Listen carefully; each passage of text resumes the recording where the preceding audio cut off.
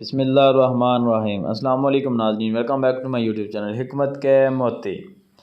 एहतलाम और जरियान क्या है? एहतलाम और जरियान की वजूहात, एहतलाम और जरियान के नुकसानात, एहतलाम और जरियान के ख़ात्मे का देसी नुस्खा।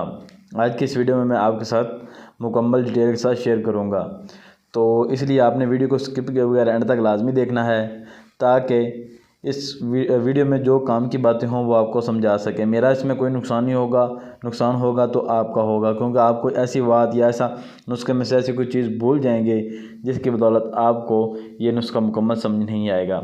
उससे पहले अगर आपने अभी तक मेरे चैनल को सब्सक्राइब नहीं किया है तो मेरे चैनल को सब्सक्राइब कर लें, साथ ही घड़ी बेल आइकन को भी दबा लें।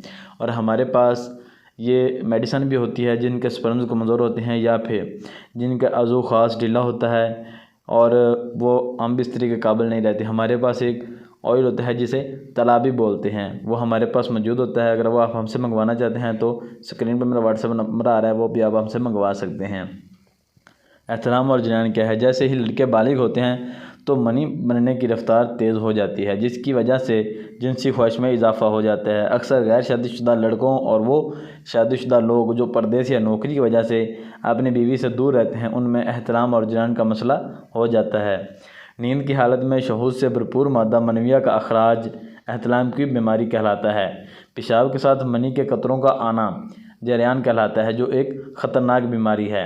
एहतलाम और जरियान की वजूहात है। फ़हश फिल्में या फ़हश तस्वीर देखने से जिनसी रुझान में इजाफ़ा होता है, और जब मनी किसी ज़रिए से खारिज नहीं हो पाती तो एहतलाम हो जाता है। Fast food, cold drinks, chicken, समोसे, पकौड़े और तली हुई तमाम अशिया खाने से मैदे और मिसाने में गर्मी हो जाती है, जिसकी वजह से एहतलाम ख़तरनाक हद तक बढ़ जाता है और पेशाब के साथ मनी के कतरे बहुत ज़्यादा आने लग जाते हैं। एहतलाम और जरियान के नुकसानात। जब मनी एहतलाम और जरियान की सूरत में ज़ाया होती रहती है तो जिस्म में कमज़ोरी, सुस्ती, काहली, चिड़चिड़ापन, मायूसी में इजाफ़ा हो जाना, गाल पिचक जाना, इस मसाइल के साथ साथ मर्दाना बांझपन जैसी ख़तरनाक बीमारी में मुब्तला हो जाने का खदशा बढ़ जाता है।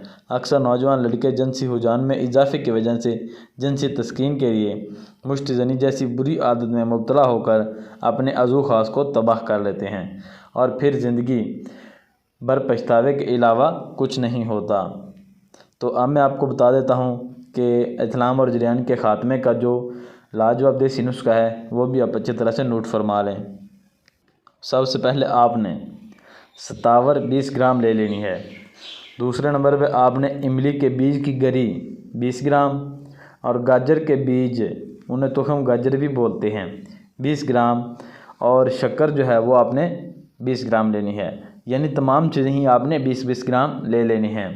और इसे तैयार करने का तरीका, पहली जो 3 दवाएं होंगी उन्हें बारीक सूप बना लेना है, यानी सतावर, इमली के बीज की गरी और गाजर के बीज, इनको पाउडर बना लेना है और बाद में इसमें शक्कर मिला देनी है और 2 ग्राम दिन में 2 बार इस्तेमाल करनी है।